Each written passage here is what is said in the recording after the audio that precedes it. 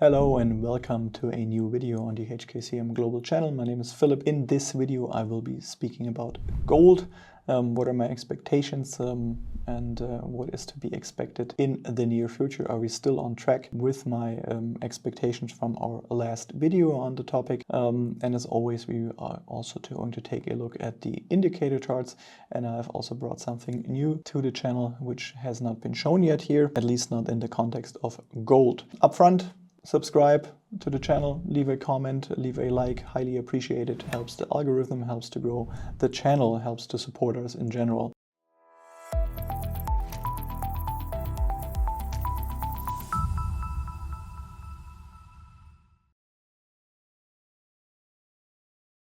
Yeah, gold. What has happened since the last video? Gold wasn't able to take out all of these significant support levels here to the downside.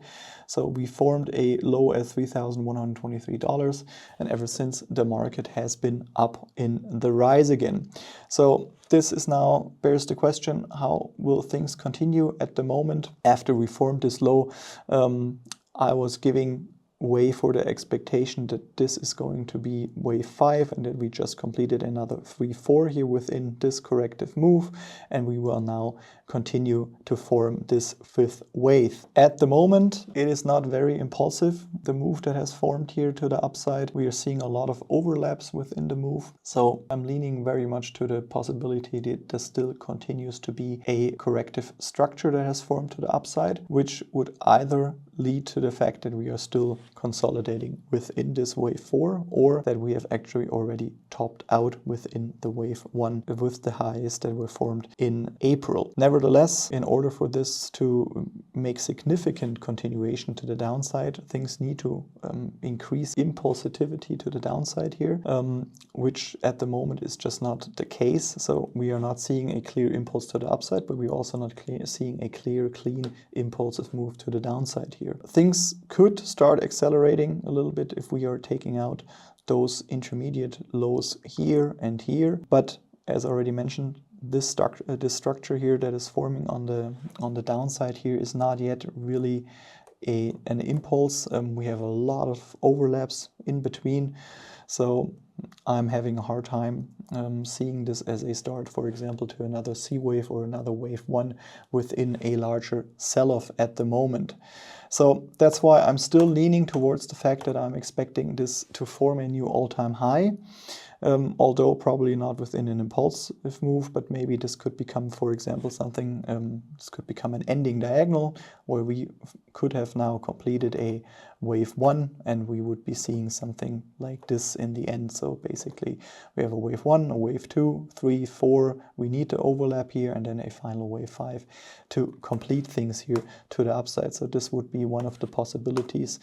And as already mentioned, we could also still just be within that wave 4, although also something I would not view as being that likely, especially just because the timing aspect of things, where that wave 4 would then become very, very large, considering the rest of the substructure of all the move we have seen here to the upside. So basically, until we are not taking out 3123 and 2970 level, I'm not expecting this to have finally topped out, and I would still give it the benefit of the doubt that it will still see another all-time high.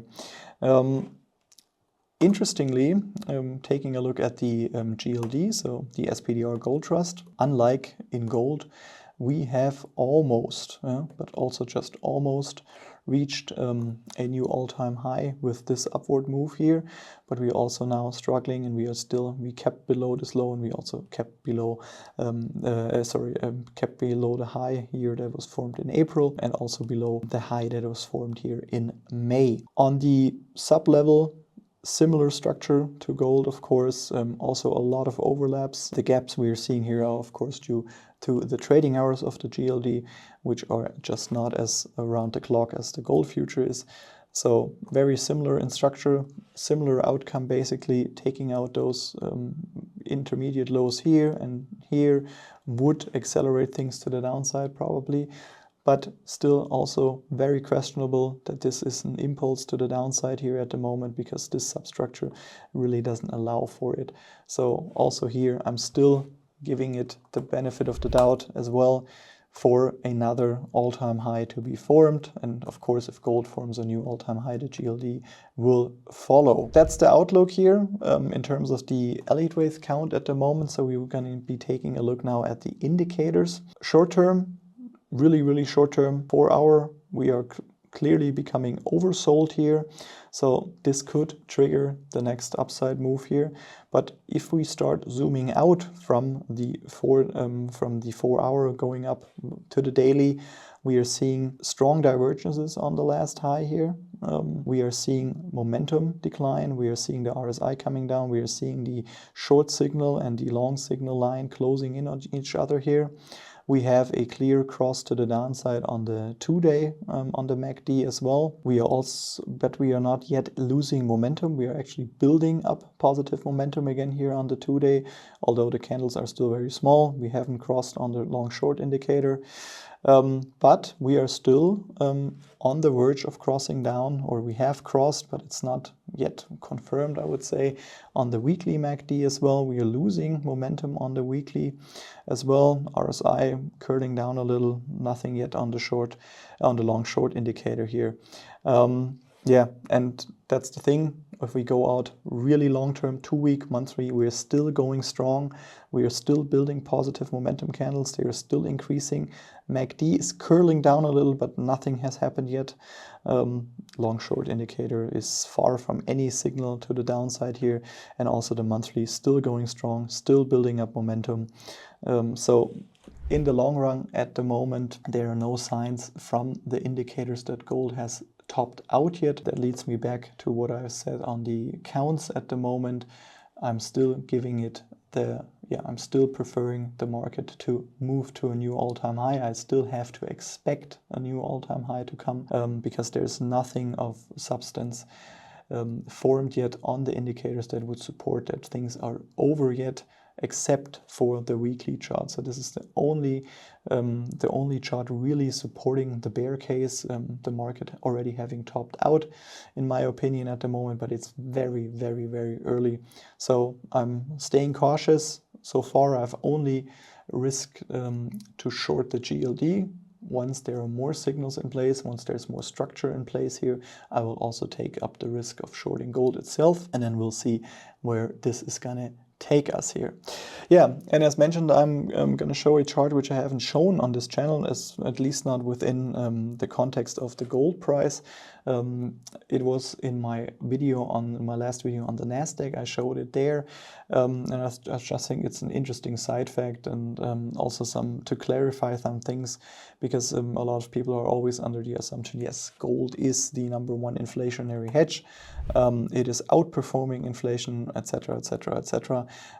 Of course, it depends on how you want to measure inflation, but I think it's an undeniable fact that the increase within the M2 money supply is clearly a sign of inflation, a measurement of inflation, and gold, if we are sticking to the claims that are made by many gold bugs, it should actually be outperforming that. So if we express gold within M2 money supply, it should be at new all-time highs at the moment, or at least should have taken the last highs, but it hasn't done so. So the last high gold has seen in terms of M2 money supply was back in the 80s.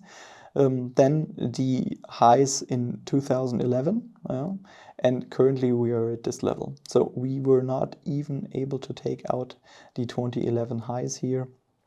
Not even speaking about the absolute highs. So something to keep in mind here in terms of perspective, what gold is really able to do for you.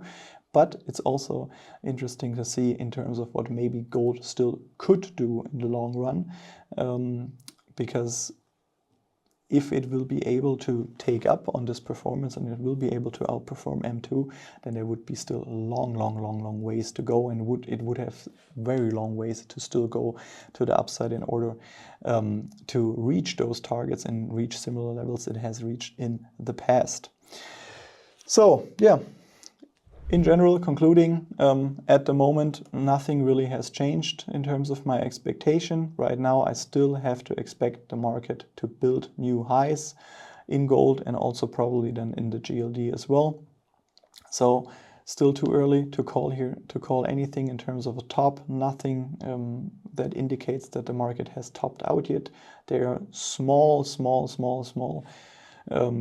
pieces that could support the bear case at the moment, but it's really only the weekly chart as shown, and everything else still points to the fact that we will be seeing another gold all-time high.